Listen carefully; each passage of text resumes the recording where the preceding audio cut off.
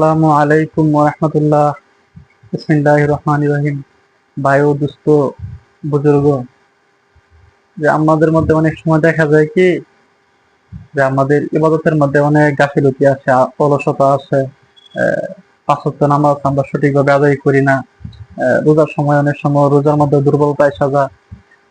আবার যাদের অনেকের উপরে হজ ফরজ হয়ে গেছে, অনেকেই এটাকে কাটায় নেয় যে আমার উপরে এখনো হজ ফরজ হয় নাই, কিন্তু হিসাব করলে দেখা যাচ্ছে তার উপরে হজ ফরজ হয়ে গেছে। এই যে অনেক অভিযোগ, অনেক সমস্যা আমরা সামনে নিয়ে আসি। তো এগুলা কেন? যেগুলো যখন আমাদের মধ্যে ইমানের দুর্বলতা আসে তখন এগুলি সমস্যা হয়। যে ওলামায়ে কেরাম হাদিসে নিয়ে আসেন, কাপড় যেরকম পুরাতন হয় মানুষের ইমানও এরকম পুরাতন হয়। যখন আবার কাপড় ধোঁতা করা হয়, কাপড় যেরকম পরিষ্কার হয়, হ্যাঁ, আবার এরকম আমাদের ইমানও যখন আমরা নবায়ন করি, যখন ওলামায়ে কেরামের সাথে গিয়ে বসি, দাওয়াতে তাবলীগের মেহনতের সাথে জড়ি, আলেমদের বয়ান শুনি, তখন আমাদের ইমানও এরকম সুন্দর হয়, নতুন হয়, ভালো হয়। তখন আমাদের নেক কাজ করতে ভালো লাগে, পাঁচ ওয়াক্ত নামাজ পড়তে ভালো লাগে।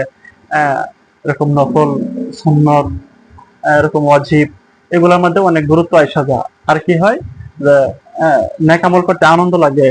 এরকম যখন আজান দেয় এর আগেই গিয়ে মসজিদে অনেক সময় বসে থাকে মন চায়। এগুলি ভালো ইমানের আলামত, ভালো ইমানের কোয়ালিটি। এজন্য আল্লাহ তাআলার কাছে আমাদেরকে বেশি বেশি নেক আমল যেন আমরা করতে পারি চাইতে হবে, এবং আলেমদের সাথে গিয়ে বেশি বেশি মিশতে হবে, বসতে হবে, দাওয়াতে তাবলীগের সাথে বেশি বেশি দাওয়াতে তাবলীগের কাজের সাথে আমাকে নিজেকে লাগাইতে হবে। আল্লাহ তাআলা আমাদেরকে আমল করার তৌফিক দান করুন।